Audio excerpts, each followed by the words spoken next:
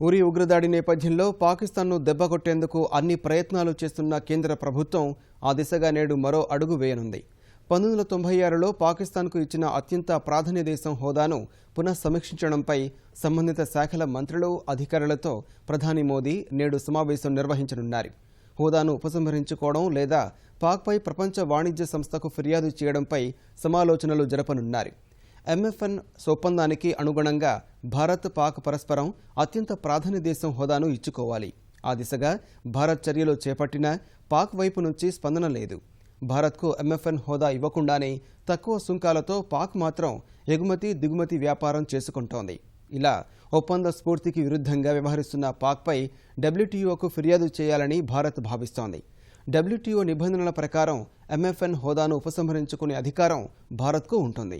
అలా చేస్తే భారత్ కంటే పాకిస్తాన్కే ఎక్కువ నష్టం జరుగుతుందని నిపుణులు విశ్లేషిస్తున్నారు.